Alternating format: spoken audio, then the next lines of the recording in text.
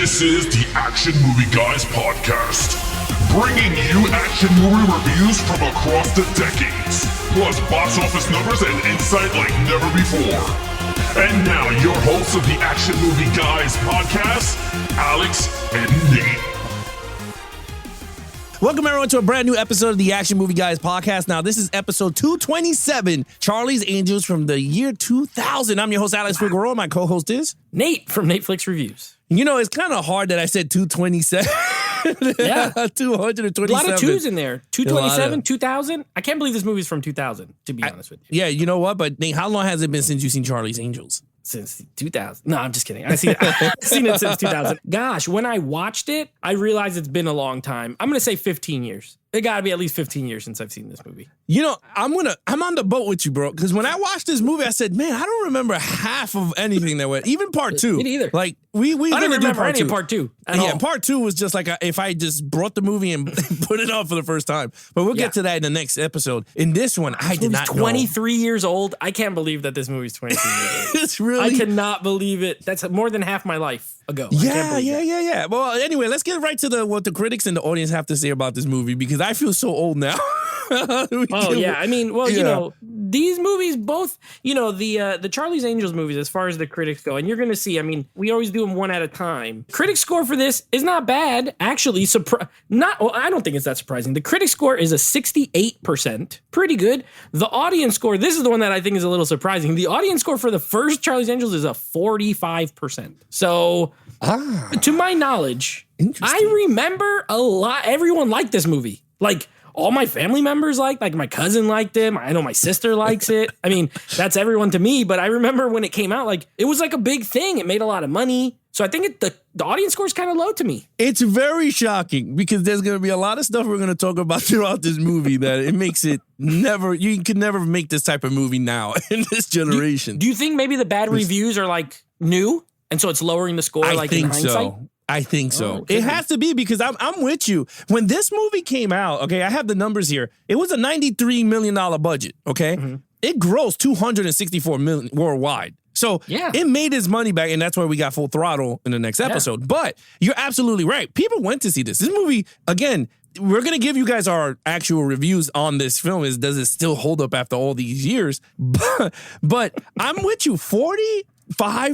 That is shocking, low, right? It's kind of weird. Seems shocking. It's a little weird. But with that said, let's get right into the movie review. Lead characters: Drew Barrymore, Lucy Liu, Cameron Diaz. Take it away, Nate. All right. So let me start off. I love all three actresses. Growing up, I was a big fan of Cameron Diaz since I was a kid. From The Mask, had a crush on her. And even when I got a little older, Something About Mary. Like, I thought she was a really good comedic actress for the time. It doesn't hurt that she's gorgeous, like tall, blonde, beautiful. Drew Barrymore, I mean, who didn't grow up with, if you watch E.T., you knew her from when she was a little kid. And then Lucy Liu, she was a little bit newer at this time, 2000, but a really good actress. So I like the actresses, the characters. I think they're fine. I think I gave them a 4, together, because they're all three the lead. I will say, I think this feels very like TV show-y. I think they did an okay job with making this seem like it was a movie of a TV show, if that makes sense, because you don't really get any backstory. Like, you get the little clips from when they were younger. Like, one of them was a nerd, and one of them was like rode horses, and then Drew Barrymore was like a rebel, and that's it. That's all you get. That's how they were, and now they're spies. You know what I mean? So why I gave them the 4, though, is because I love their chemistry together. I like how they work together. I like how they bounce off each other. I don't know why every time the scene that makes me laugh the most is the one where they go to that facility, Tim Curry's facility, and Lucy Liu's like that dominatrix teacher lady. And the other two are dressed like men. Yeah. Cameron Diaz looks like Viggo Mortensen. Yeah, she does.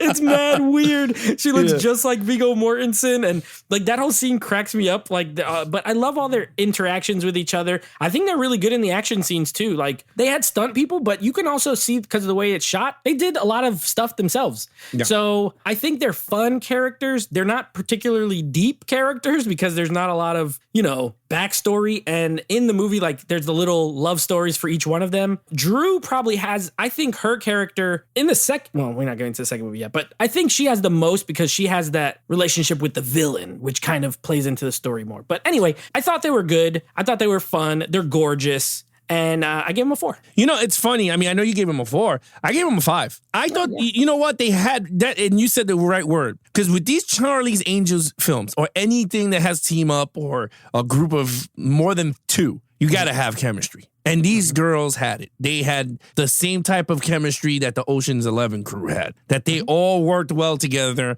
You didn't care what the storyline was because they had so much fun and you enjoyed watching them doing what they had to do. And that's how I felt with these girls. Now, we're going to talk about all the storylines and the action scenes and everything that falls in line. But in terms of them doing their stuff, you're absolutely right. They look like they had fun on set. The reason why I gave it a 5 was for the script, because the script was very like vintage, retro, modern Charlie's Angels, where they try to give you like the old school version of Charlie, but they threw it into that 2000 action movie style. We're going to talk about breaking down later in a few, but it worked for me. And I think with Lucy Liu and Drew Barrymore, and I'm going to be honest with you, I was never a big fan of Drew Barrymore, but I fell in love with her after this movie. I mean, not now. Yeah. I'm talking about when I saw it a long time ago. Yeah, of course. I was like, she's gorgeous and everything. And I thought, like, oh, man, she has a down-to-earth personality. I want to marry her. Right? She seems like, the most accessible of the 3. Yeah. Yeah. So I was just like, all right, cool.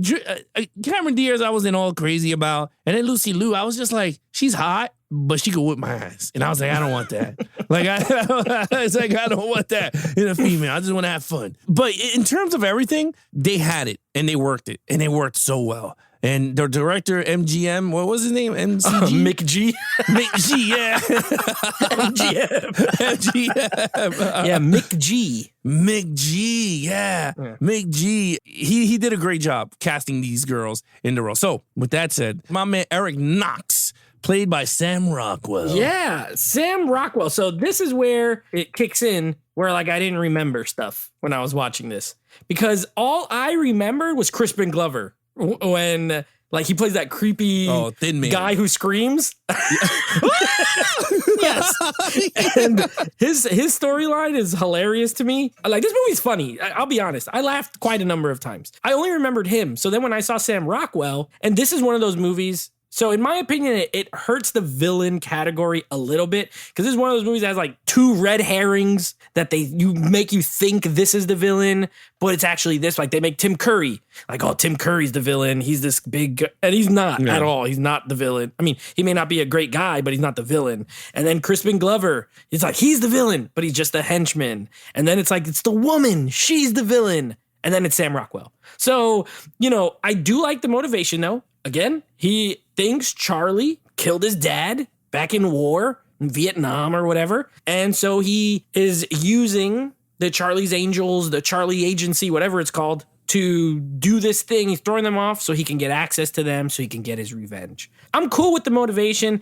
It's not a 5 for me because of it takes too long for you to know that he's the real villain. And once you do, he doesn't do much, right? Like he shoots at Drew Barrymore because he doesn't hit her. He shoots at Drew Barrymore. He yells. He dances, which is hilarious. I love when he's doing the dancing and stuff. Even at the end in the credits, I think he does like a split, which cracked me up. And then he flies a helicopter and he gets blown up. So I still gave him a 4. I think he's good because I like the motivation of him. I just wish that I don't know. I wish it was a little sooner. Like it took a little while to get to it. And I wish there wasn't so many red herrings. But overall, I love Crispin Glover in this, by the way. Like, I love the way he looks. I love his, like, just his demeanor. His fighting scenes are awesome. So I like him a lot, but Rockwell, I give it a 4. Yeah, I agree. I give him a 4 too. I liked him a lot. I thought he worked well for this movie. You're right. He took him a while to become the villain, but I liked it though. I liked the little nuggets they were throwing here and there, like a little murder mystery type movie. I thought it was pretty cool. Crispin Glover though, he's a weird ass dude, bro. Let me just tell you, that dude is a weird. And I don't understand how nobody could cast this guy, because I'll cast him as like Scarecrow in like a Batman movie. Like, this dude is creepy as shit. Like, he was sniffing hair, and I was like, this dude is creepy. I mean, he's mad, and you're right, that scream makes me laugh.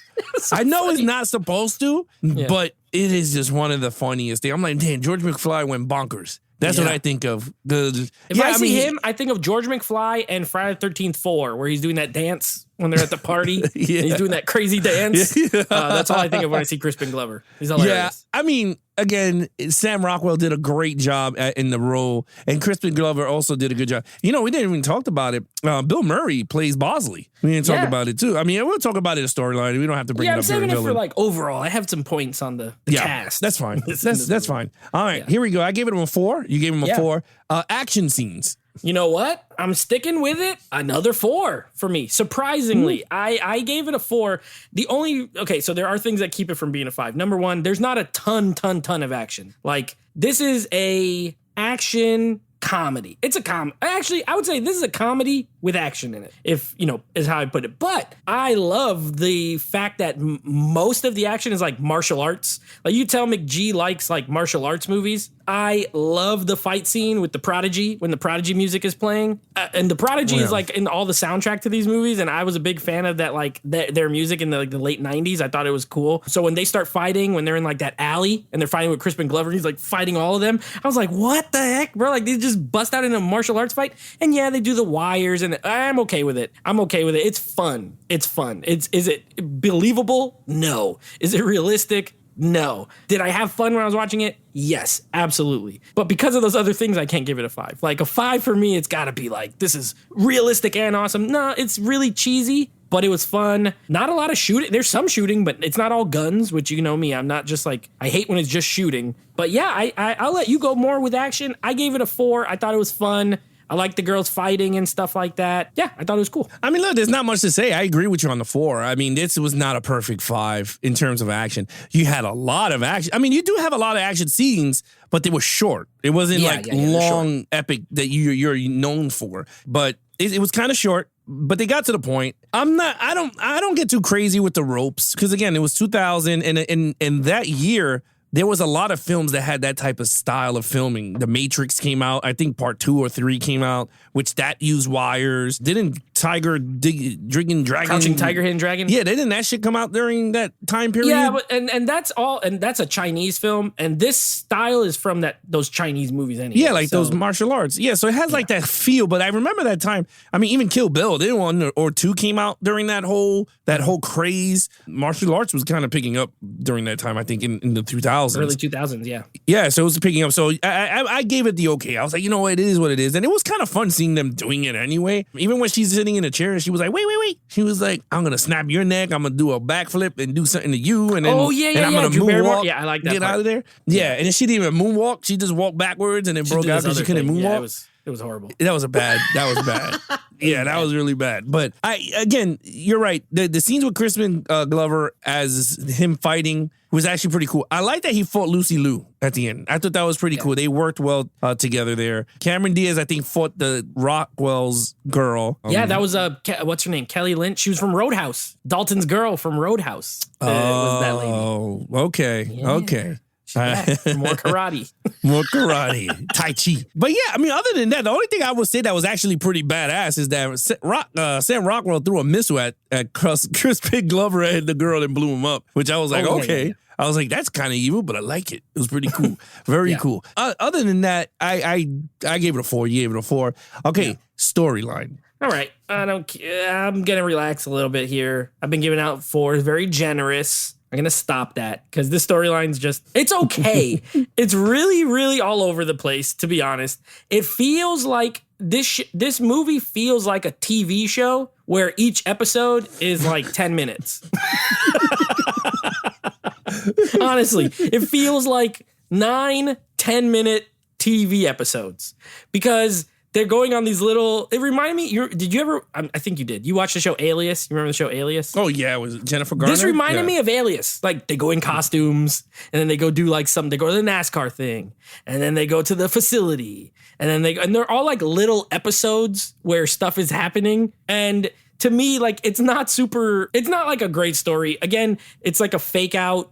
Where you know it's the lady the whole time. Like, she's involved. I do think the script is funny. So I think the script's not like poorly written or anything. A lot of the jokes hit for me. I thought it was funny. I laughed a lot.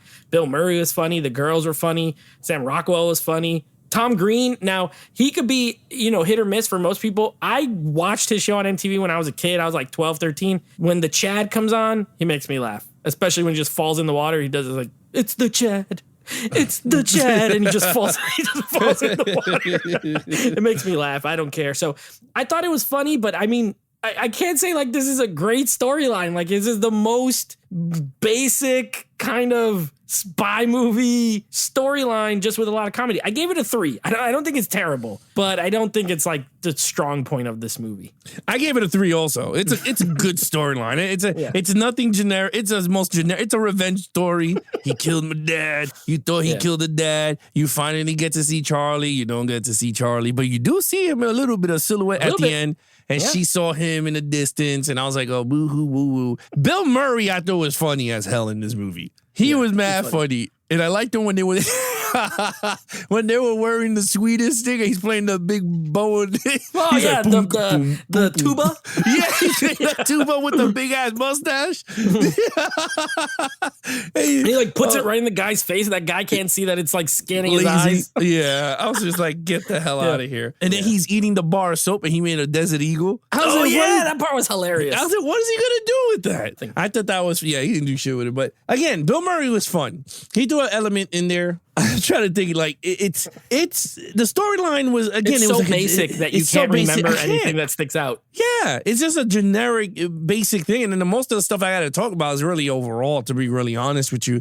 I mean, again, it's very basic. You're right. It's a typical storyline for spy/comedy. Nothing crazy with many, not subplots, but like mini skits throughout. So they can fuse into the movie. So it's like more skits than anything. It's like a Saturday Night Live movie. Like each thing is like a skit, but I gave it a 3. You gave it a 3. Okay, overall. But overall, I like this movie. It was fun. I thought it was good. I gave it a 4. I had a good time with it. I remember liking it whenever I saw it last time. And when I watch again, I still liked it. Now, a couple things, because I'm going to let you go. I don't want to spend too... Charlie's Angels doesn't deserve... To me, it doesn't deserve these long, drawn-out explanations. What I will say is the cast in this movie is so much better than it should be. Because not only do you have these 3 ladies who are in the lead, and sure, at the time, probably they were not what they became. Like, this kind of put Cameron Diaz, I think, even more into, like, A-list. But Drew Barrymore was, like... She was a child actor and then like a troubled teen. And this was not like, she was not like big A-list star. And Lucy Liu was still kind of relatively unknown. So